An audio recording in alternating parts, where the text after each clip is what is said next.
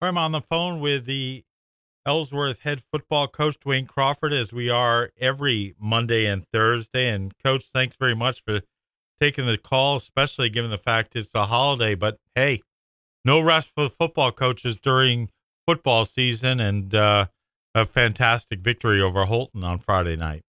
Yeah, it was a lot of fun. Yeah, it was a great game, and the team played really well. And I had a bunch of people calling me saying, "Are you going to play tonight?" And I said, "Yeah, we're playing." Well, why don't you postpone it till Saturday? And because the weather's going to be a lot better. And I said, "Well, football doesn't really work like that. You take a day off, and everything. You work towards that goal of having the kids peak on Friday night, and then you cancel the game, and it just upsets the whole rhythm." And so, short of having a hurricane, there was no way I was going to cancel Friday night. We had a great week of practice, and evidently it came through, and it showed on Friday night. So it was a great team win. Yeah, I mean, just a fantastic victory. And now, after week 6, Ellsworth is 4-2. I mean, it's just unbelievable. I know, it's great. Trust me, it's I'll tell you, getting up Saturday mornings and breaking down game tape and putting things together is a whole lot more fun this year than it has been in the past. Oh, yeah. So it's a lot of fun. The kids, they worked really hard all week long, and they just came out and they performed well from the opening snap. We looked at the weather, and I was debating on whether to tell the kids, okay, if we win the toss, we want the ball or we'll kick off. And I finally said, well, I guess let's kick off to them because the weather's so bad, and hopefully we can create a turnover with the wet ball. And sure enough, that's what we did. The third play of the game, we created a fumble and then took it in 3 plays later. So it worked out well. Everything just seemed to flow together. And then one of the players pointed out to me that we ran our reverse. It's called 147 crisscross. It was the last 4 of the game, and we ran it at 147. Oh, that's awesome. So it was meant to be. Yeah. So, and Devin Wright, a beast. I mean, I don't know how else you describe his play on Friday night. When he came to us last year, he was a lineman at Belfast. They had him at offensive guard and maybe playing linebacker. And I said, "There's no way, Devin, you're playing on the line." I said, "You're going in the backfield." And last year, he as a running back, he was looking for contact every game and trying to evade the tacklers. And so he had to learn how to run with the ball. And it's just his second year as a running back, and he's just made huge strides. And he's a big kid, and he's fast and physical, and I don't know if there's a single game rushing record out there in the LTC, but wow, 36 carries, 398 yards, 3 touchdowns. And then he was second on the team in tackles on top of that. So a pretty amazing night. And then I was going to say, well, okay, so he had a couple days to recover from that, but then they had a homecoming dance on Saturday night. Yeah, we did. We had a great homecoming dance. We had about 300 students, so that's the biggest one we've had yet. It was great. And if I remember, he's homecoming king. He's homecoming king. He is. It's a pretty good weekend for Devin Wright. It was. He should have bought a lottery ticket too. I mean, yeah, no kidding.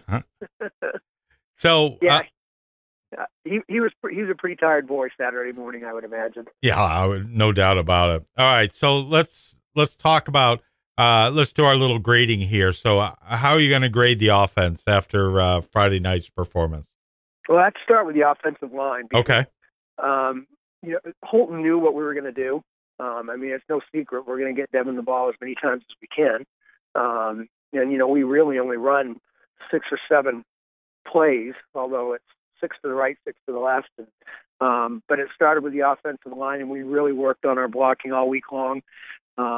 And they made all that happen for Devin. I mean, he had to read the blocks and he had to run the ball and make the cuts when he got in the open field, but it all started right up front. So I'm going to give the offense an A for their effort on Friday night. They really did an incredible job. All right, and the offensive line, you're giving it an A+. An A+, yeah, definitely. Yeah, they did a great job. All right, what about the defense?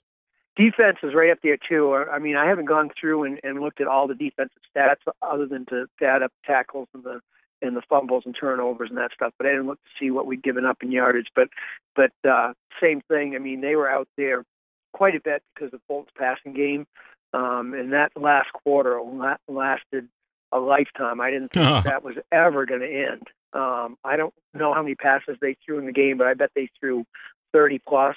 And a lot of them in the last quarter, so that clock just drug on and on and on.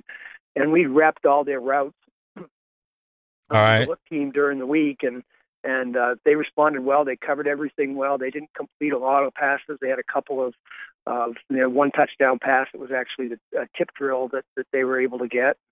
So I'm going to give an A to the defense, too. They just did a tremendous job. All right, and special teams? Special teams is going to get a C-. Ooh. We were not good on kickoff at all. We've got to go back and get some more reps on the kickoff team. And kick return, we had the free kick that the refs awarded back to Houlton, even though I protested that call. And so we didn't cover well. We didn't do much well on the kickoff kick return. So we've got to go back and look at that. And then punting, we didn't punt a whole lot, but we didn't cover it well either when we did punt. So we definitely need to work on special teams. That's one of those things during the weekend. So much you have to prepare for, and to put a huge amount of time, and I'm sure everybody struggles with this, the kickoff, kick return, and the punting we spend more time with because that's something that happens on a regular basis during most games. But kickoff and kick return, you might be only looking at it 3 or 4 times in a game, and so you don't have enough time to spend a half hour or 45 minutes just repping that. Not to mention the fact that it's hard to do it anyway because of the length that the kids are running on each rep. So, but we definitely have to do a better job on special teams. All right, so we know what you're going to work on, and you've got a tough game at Madomic Valley on Friday night.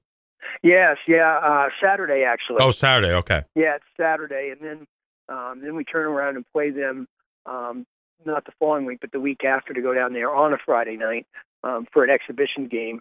They're bringing in lights and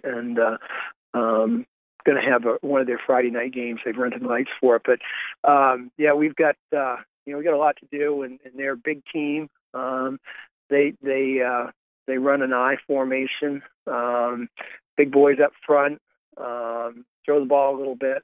They run a 5-man front, which they don't really deviate from. So that'll be a little less preparation this week as far as the past couple of weeks we've had to rep against both a 5-man and 4-man front. So, but we'll we're really not going to change a whole lot this week. We're going to go with what we've been doing, and you're week 7. You pretty much got down everything that you're going to do. We might tweak a few things here and there, but just continue on the path we've been going and get better and keep moving forward. All right, Coach. Have a good week. We'll talk to you on Thursday, and we'll go from there. All right. Thanks, Chris.